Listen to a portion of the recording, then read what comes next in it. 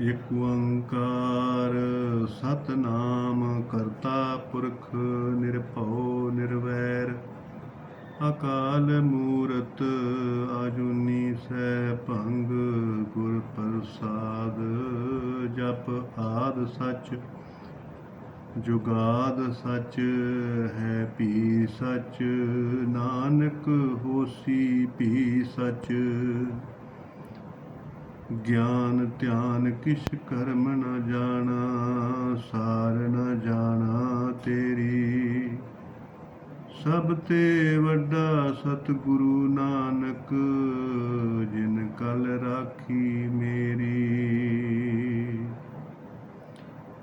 ਡੰਡੌਤ ਬੰਦਨ ਅਨਕ ਬਾਰ ਸਰਬ ਕਲਾ ਸਮਰੱਥ ਡੋਲਨ ਤੇ ਰਾਖੋ ਪ੍ਰਭੂ ਨਾਨਕ ਦੇ ਕਰ ਹੱਥ ਫਿਰਤ ਫਿਰਤ ਪ੍ਰਭ ਆਇਆ ਪਰਿਆ ਤੋ ਸਰਨਾਏ ਨਾਨਕ ਕੀ ਪ੍ਰਭ ਬੇਨਤੀ ਆਪਣੀ ਭਗਤੀ ਲਾਏ ਸਤਨਾਮ ਵਾਹਿਗੁਰੂ। ਸਤ ਸੰਗਤ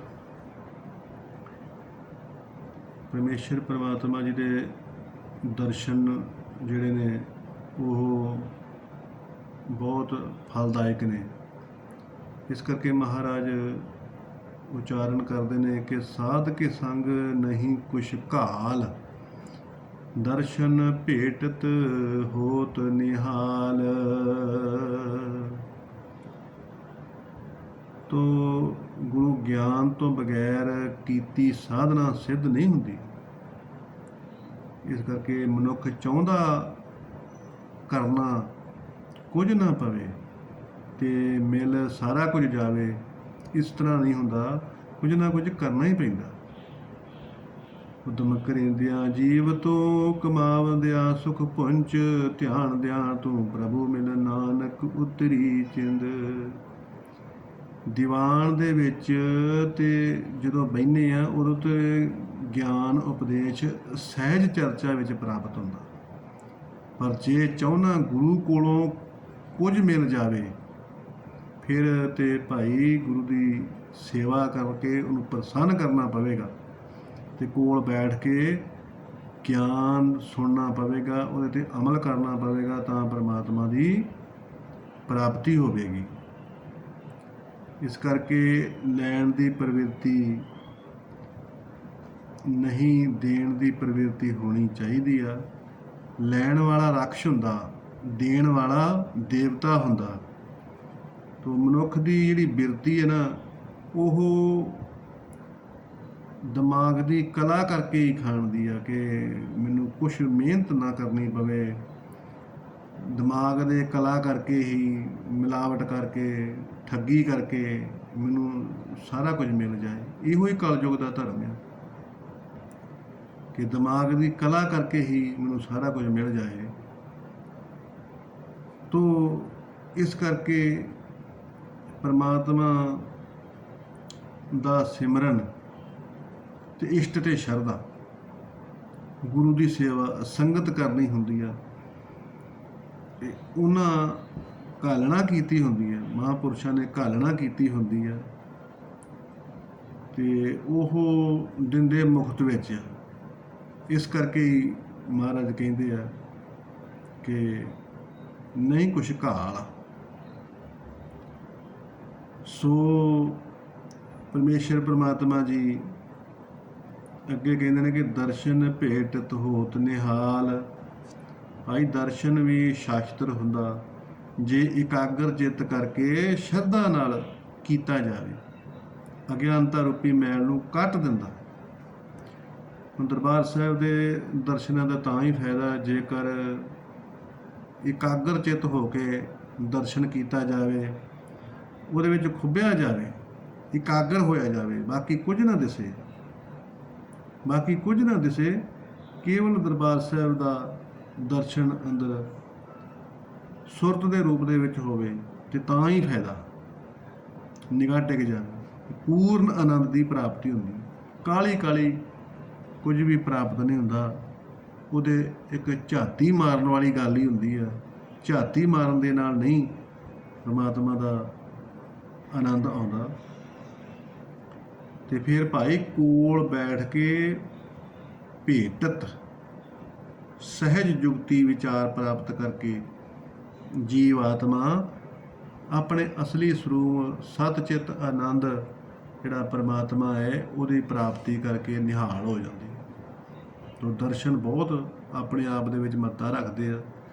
ਦਰਸ਼ਨ ਸ਼ਾਸਤਰ ਹੁੰਦਾ, ਗ੍ਰੰਥ ਸ਼ਾਸਤਰ ਹੁੰਦਾ, ਹਥਿਆਰ ਸ਼ਾਸਤਰ ਹੁੰਦਾ, ਤੇ ਸਾਰਿਆਂ ਦਾ ਨਿਸ਼ਾਨਾ ਵੱਖਰੇ ਵੱਖਰੇ ਰੂਪ ਵਿੱਚ ਬੈਠੇ ਦੁਸ਼ਮਣ ਹੀ ਹੁੰਦਾ। ਇਸ ਕਰਕੇ ਮਨ ਭਟਕਣਾ, ਦੁੱਖ ਵਾਲੇ ਪਾਸੇ ਜਾਣਾ ਹੁੰਦਾ। ਜੇ ਮਨ ਭਟਕੇ ਤੇ ਦੁੱਖ ਵਾਲੇ ਪਾਸੇ ਜਾਣਾ। ਜੇ ਇਕਾਗਰ ਹੋਣਾ ਸ਼ੁਰੂ ਹੋ ਜਾਵੇ ਮਨ, ਤੇ ਫਿਰ ਸੁੱਖ ਵਾਲੇ ਪਾਸੇ ਆ ਜਾਂਦਾ। ਕਿਉਂਕਿ ਜਿਹੜਾ ਆਨੰਦ ਆ ਉਹ ਅੰਦਰ ਹੀ ਆ। ਜਦੋਂ ਇਕਾਗਰ ਹੁੰਦੇ ਆ ਤੇ ਆਨੰਦ ਜਿਹੜਾ ਉਹ ਪ੍ਰਗਟ ਹੁੰਦਾ, ਕਿਉਂਕਿ ਰਾਗ ਦਵੇਸ਼ ਜਿਹੜਾ ਇਹ ਹੀ ਆਨੰਦ ਨੂੰ ਪ੍ਰਗਟ ਨਹੀਂ ਕਰਨ ਦਿੰਦਾ। ਕਦੇ ਕਿਸੇ ਵਾਲੇ ਪਾਸੇ ਮੋਹ ਆ, ਕਿਸੇ ਵਾਲੇ ਪਾਸੇ ਈਰਖਾ, ਇੱਧਰ ਨੂੰ ਹੀ ਭਟਕਣਾ ਕਰਕੇ ਅੰਦਰਲਾ ਜਿਹੜਾ ਆਨੰਦ ਆ ਉਹ ਪ੍ਰਗਟ ਨਹੀਂ ਹੁੰਦਾ। ਤੋ ਜਦੋਂ ਇਕਾਗਰ ਹੋ ਜੀਦਾ, ਉਦੋਂ ਨਾ ਕਿਸੇ ਦੇ ਨਾਲ ਰਾਗ ਰਹਿੰਦਾ, ਨਾ ਕਿਸੇ ਨਾਲ ਦਵੇਸ਼ ਰਹਿੰਦੀ ਆ, ਆਪਣੇ ਆਪ ਹੀ ਆਨੰਦ ਪ੍ਰਗਟ ਹੋ ਜਾਂਦਾ।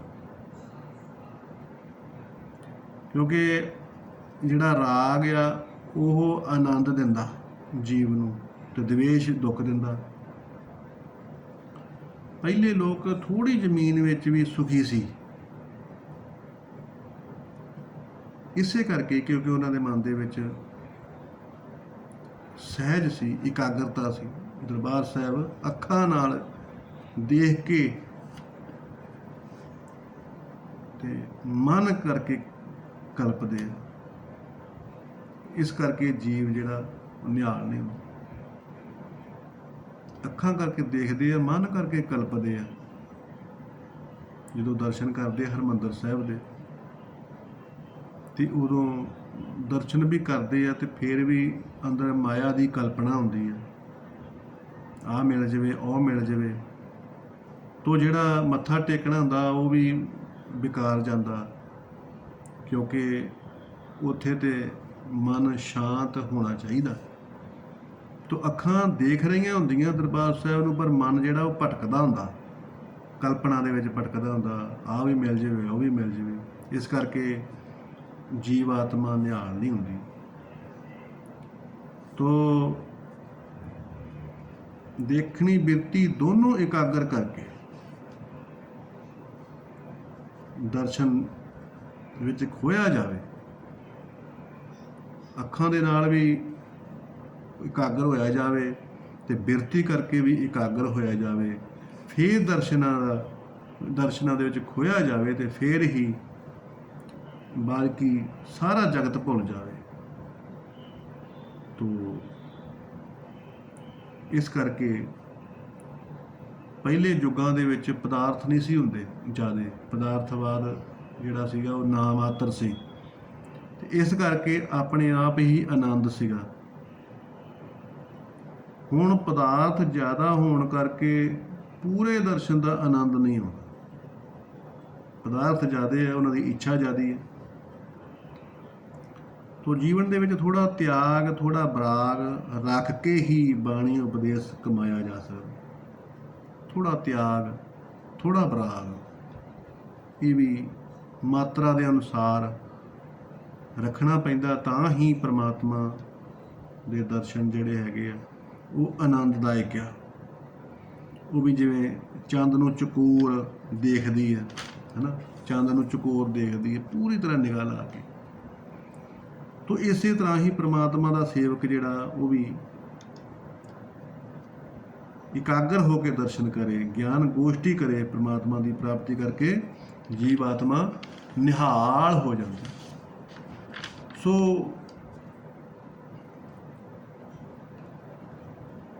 ਪਰਮੇਸ਼ਰ ਪਰਮਾਤਮਾ ਜੀ ਇਸੇ ਕਰਕੇ ਹੀ ਮਨੁੱਖਾ ਦੇਹੀ ਪ੍ਰਾਪਤ ਹੋਈ ਆ ਕਿ ਭਾਈ ਜੇ ਤੇਰੀ ਜੀਵ ਆਤਮਾ ਦੁਖੀ ਆ ਤੇ ਤੇਰਾ ਮਨੁੱਖਾ ਦੇਹੀ ਅਸਫਲ ਆ, ਤੇ ਜੇ ਤੇਰੀ ਜੀਵ ਆਤਮਾ ਪ੍ਰਸੰਨ ਆ ਤਾਂ ਫਿਰ ਪਰਮਾਤਮਾ ਵੀ ਪ੍ਰਾਪਤੀ ਹੋਣ ਦੇ ਚਾਂਸ ਜ਼ਿਆਦੇ ਨੇ। ਇਸ ਕਰਕੇ ਇਹ ਪਦਾਰਥਵਾਦ ਜਿਹੜਾ ਇਹਦੇ ਤੋਂ ਥੋੜਾ ਤਿਆਗ ਰੱਖੇਗਾ, ਥੋੜਾ ਵਿਰਾਗ ਰੱਖੇਗਾ, ਤਾਂ ਫਿਰ ਇਹਦੀ ਉਗਰਤਾ ਘੱਟ ਹੋਵੇਗੀ। ਤਾਂ ਉਗਰਤਾ ਘੱਟ ਹੋਵੇਗੀ ਨਾ, ਤਾਂ ਆਪਣੇ ਆਪ ਹੀ ਆਨੰਦ ਪ੍ਰਾਪਤ ਹੋਵੇਗਾ। ਕਿਉਂਕਿ ਜਿਸ ਚੀਜ਼ ਨੂੰ ਅੰਦਰ ਪ੍ਰੇਮ ਦੇ ਨਾਲ ਸ਼ੁਰੂ ਕਰਦੇ ਆ, ਉਹਦੇ ਵਿੱਚ ਉਹ ਆਨੰਦ ਪ੍ਰਾਪਤ ਪ੍ਰਗਟ ਹੋ ਜਾਂਦਾ। ਕਿਉਂਕਿ ਸਭ ਗੋਬਿੰਦ ਹੈ, ਸਭ ਗੋਬਿੰਦ ਹੈ, ਗੋਬਿੰਦ ਬਿਨ ਨਹੀਂ ਕੋਈ। ਇਸੇ ਕਰਕੇ ਮਹਾਰਾਜ ਕਹਿੰਦੇ ਨੇ ਕਿ ਸਤਿਗੁਰੂ ਕੀ ਸੇਵਾ ਸਫਲ ਹੈ ਜੇ ਕੋ ਕਰੇ ਚਿੱਤ ਲਾਏ। ਜੇ ਸੇਵਾ ਵੀ ਕਰਦਾ ਤੇ ਚਿੱਤ ਲਾ ਕੇ ਪ੍ਰੇਮ ਦੇ ਨਾਲ ਕਰੇਗਾ, ਤਾਂ ਫਿਰ ਰਾਗ ਦਵੇਸ਼ ਖਤਮ ਹੋ ਜਾਏਗਾ। ਕਿਉਂਕਿ ਸੇਵਾ ਦੇ ਵਿੱਚ ਤੇ ਕੋਈ ਆਪਣਾ ਨਹੀਂ, ਕੋਈ ਬਗਾਨਾ ਨਹੀਂ, ਸਭ ਇੱਕੋ ਹੀ ਆ। ਇਸ ਕਰਕੇ ਆਪਣੇ ਆਪ ਹੀ ਆਨੰਦ ਆਉਂਦਾ ਹੈ। ਉਹ ਵੀ ਕੰਮ ਹੀ ਹੁੰਦਾ ਵਾ, ਪਰ ਉਹਦੇ ਵਿੱਚ ਕੀ ਹੁੰਦਾ ਵਾ ਕਿ ਜਦੋਂ ਸੇਵਾ ਕਰਦੇ ਆ ਤੇ ਉੱਥੇ ਕੋਈ ਵੀ ਕਿਸੇ ਪ੍ਰਕਾਰ ਦੀ ਮੈਂ ਮੇਰੀ ਨਹੀਂ ਹੁੰਦੀ ਕਿ ਇਹਨੂੰ ਖਵਾਉਣਾ, ਇਹਨੂੰ ਨਹੀਂ ਖਵਾਉਣਾ, ਇਹਦੇ ਵਾਸਤੇ ਮੈਂ ਸੇਵਾ ਕਰ ਰਿਹਾ, ਇਹਦੇ ਵਾਸਤੇ ਨਹੀਂ ਕਰ ਰਿਹਾ।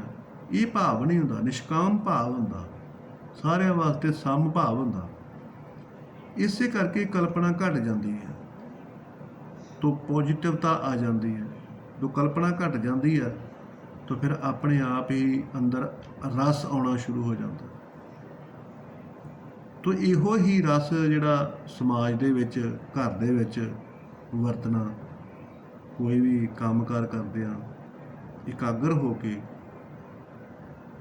ਕੋਈ ਵੀ ਕੰਮ ਕਰਦੇ ਆ, ਪ੍ਰਸ਼ਾਦਾ ਤਿਆਰ ਕਰਦੇ ਆ, ਉਹ ਵੀ ਪ੍ਰਮਾਤਮਾ ਦਾ ਪ੍ਰਸ਼ਾਦ ਸਮਝ ਕੇ, ਇਸ਼ਨਾਨ ਕਰਦੇ ਆ, ਉਹ ਵੀ ਪ੍ਰਮਾਤਮਾ ਦਾ ਇਸ਼ਨਾਨ ਕਰਾਉਣਾ ਸਮਝ ਕੇ ਕਰਨਾ, ਤਾਂ ਇਕਾਗਰ ਹੋ ਜਾਏਗਾ ਮਨ, ਤਾਂ ਸ਼ਾਂਤ ਹੋ ਜਾਏਗਾ, ਆਨੰਦ ਆਉਣਾ ਸ਼ੁਰੂ ਹੋ ਜਾਏਗਾ। ਕਿਉਂਕਿ ਆਨੰਦ ਤੇ ਅੰਦਰ ਹੀ ਹੈ।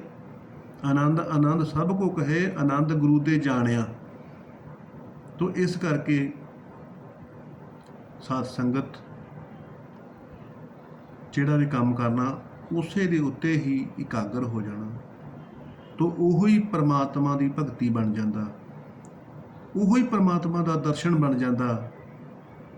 ਉਹਦੇ ਵਿੱਚੋਂ ਹੀ ਵਾਹਿਗੁਰੂ ਪਰਮਾਤਮਾ ਦਾ ਦਰਸ਼ਨ ਹੋ ਜਾਂਦਾ। ਕੋਈ ਵੀ ਕਿੱਤਾ ਕਰਦਾ, ਕੋਈ ਵੀ ਕਰਮ ਕਰਦਾ, ਕੋਈ ਵੀ ਨੌਕਰੀ ਕਰਦਾ, ਉਹ ਪਰਮਾਤਮਾ ਦਾ ਸਮਝ ਲਵੇ ਕਿ ਮੈਂ ਪਰਮਾਤਮਾ ਵਾਸਤੇ ਕਰ ਰਿਹਾ, ਇਕਾਗਰ ਹੋ ਗਿਆ, ਮੈਂ ਕਿਸੇ ਵਾਸਤੇ ਰਾਗ ਦਵੇਸ਼ ਨਹੀਂ ਕਰਨਾ, ਤਾਂ ਫਿਰ ਉਹੀ ਪਰਮਾਤਮਾ ਦੀ ਭਗਤੀ ਬਣ ਜਾਂਦਾ। ਤਾਂ ਉਹਦੇ ਵਿੱਚੋਂ ਹੀ ਆਨੰਦ ਆ ਜਾਂਦਾ, ਉਹੀ ਪਰਮਾਤਮਾ ਦਾ ਦਰਸ਼ਨ ਬਣ ਕੇ ਪ੍ਰਗਟ ਹੋ ਜਾਂਦਾ, ਤਾਂ ਜੀਵਨ ਮੁਕਤ ਹੋ ਜਾਂਦਾ। ਲੋਕ ਸੁਖੀਏ ਪਰਲੋਕ ਸੁਹੇਲੇ ਹੋ ਜਾਂਦਾ।